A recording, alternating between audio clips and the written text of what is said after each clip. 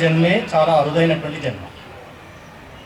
ఇలాంటి జన్మలో జీవించినటువంటి ప్రతి క్షణాన్ని సద్వినియోగపరచుకోవడం కోసం ప్రతి క్షణం ఒక పండుగలాగా భావించేటువంటి ఒక గొప్ప సంప్రదాయం కలిగినటువంటి సమాజం మన హిందూ సమాజం.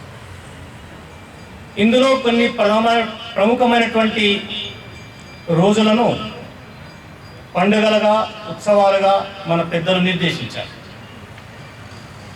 అందులో భాగంగానే ఉగాది ఉత్సవం. రాష్ట్రీయ స్వయం సేవక సంఘ నిర్మాత డాక్టర్ కేశవ్ బలిరామ్ మెడ్గేవర్జీ ఈ ఉన్న అన్ని ఉత్సవాల్లో కేవలం ఒక 6 ఉత్సవాలని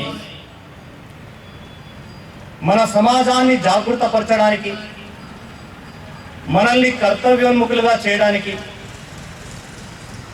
మనల్ని ఒకసారి నిద్ర లేపడానికి, మనకి ఒక దిశను చూపించేటువంటి ఉత్సవాలని సంఘము నిర్వహించేలాగా డాక్టర్జీ నిర్ణయించారు.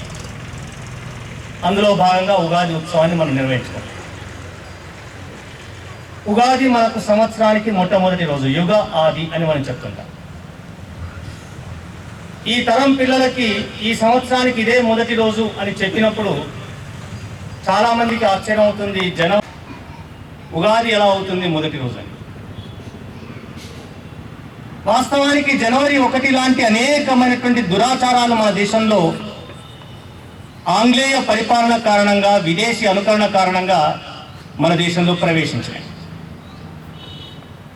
జనవరి 1 క్యాలెండర్ మారుతుంది, ఒక రోజు మారుతుంది. అర్ధరాత్రి 12 గంటలకి 12 గంటల తర్వాత తెల్లవారిన తర్వాత ఉండేటువంటి ప్రకృతికి తేడా ఏం కనిపించదు.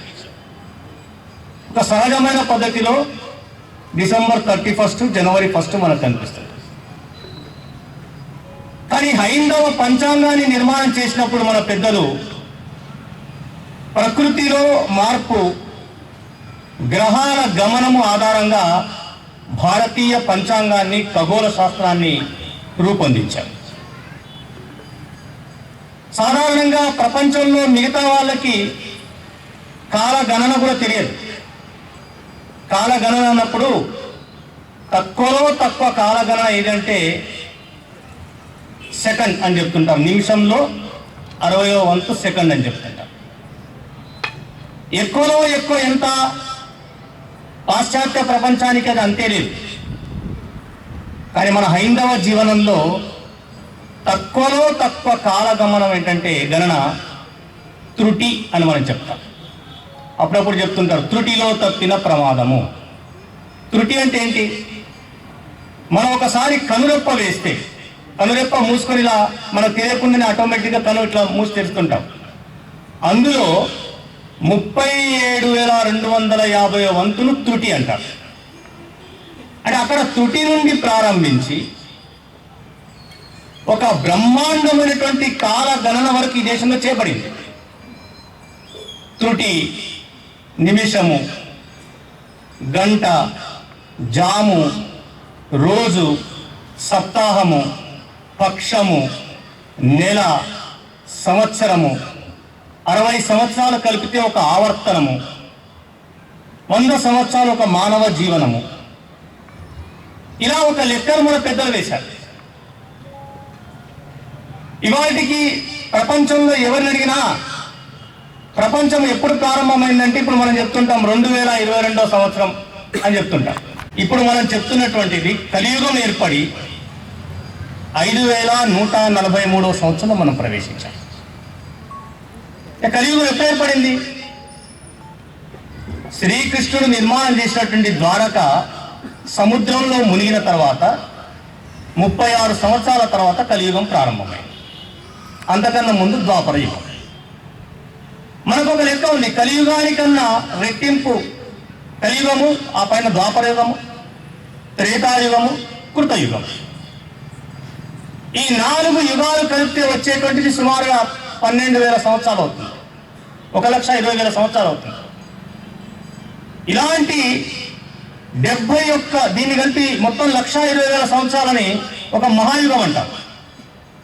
ఇలాంటి 71 మహాయుగాలు కలిపితే ఒక మన్వంతరం అని చెప్పబడుతుంది. అలా 14 మన్వంతరాలు ఉన్నాయని చెప్తుంటారు. ఇప్పుడు మన దేశంలో 7వ మన్వంతరం నడుస్తున్నది. సృష్టి ప్రారంభించి ఎన్నాళ్ళైంది అని అన్నప్పుడు మన పంచాంగ లెక్కల ప్రకారంగా 195 కోట్ల సంవత్సరాల 198,88,85,82వ సంవత్సరం ఈరోజు పూర్తవుతున్నది. రేపటి నుంచి 83వ సంవత్సరంలోకి ప్రవేశిస్తున్నాం. ఇంతటి లెక్క ఈ భారతదేశంలో చెప్పబడి 100 సంవత్సరాల తర్వాత ఏ రోజు ఏ తిథి ఉంటుంది, ఏ ముహూర్తం ఉంటుంది, ఏ రోజు ఏ గ్రహణం వస్తుంది, కుంభమేళ ఎప్పుడు వస్తుంది, పండుగ ఎప్పుడు వస్తుంది, లెక్క వేసి చెప్పగలిగేటువంటి అద్భుతమైనటువంటి కాల గణన వ్యవస్థ ఈ దేశంలో ఉన్నది. దానిని మర్చిపోయి కేవలం క్యాలెండర్లో అశాస్త్రీయంగా ఏర్పాటు చేసినటువంటి జనవరి 1 లాంటి ఉత్సవాన్ని మనం జరుపుకుంటున్నాము. మన ఉగాదిని మనం మర్చిపోతున్నాం. ఉగాది కేవలం సంవత్సర ప్రారంభమే కాదు, అనేక మంది మహారాజుల యొక్క చరిత్ర ప్రారంభమైనటువంటి రోజు. శ్రీరామచంద్రుడు విజయదశమి రోజు రావణ సంహారం చేశారు. ఆ తర్వాత అక్కడి నుండి అయోధ్యకు వచ్చి పరిస్థితిని సంభాళించుకొని ఉగాది నాడు తన రాజ్యం యొక్క పట్టాభిషేకం చేసుకున్నారు. కనుక రామ రాజ్యము ప్రారంభమైనటువంటి రోజు ఇది.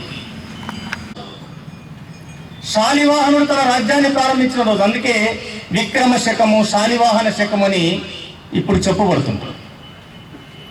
ఇలాంటి అద్భుతమైనటువంటి కాలగణన ఈ దేశంలో ఉన్నది. అలాంటి ఉగాది ఉత్సవము మన తర్వాత తరాలకు కూడా మనం అందించి ఈ ఉగాది ఉత్సవాన్ని మనం నిర్వహించుకుంటాం. ఉగాది రోజే 1989 ఏప్రిల్ 1వ తేదీ నాడు వారు జన్మించారు.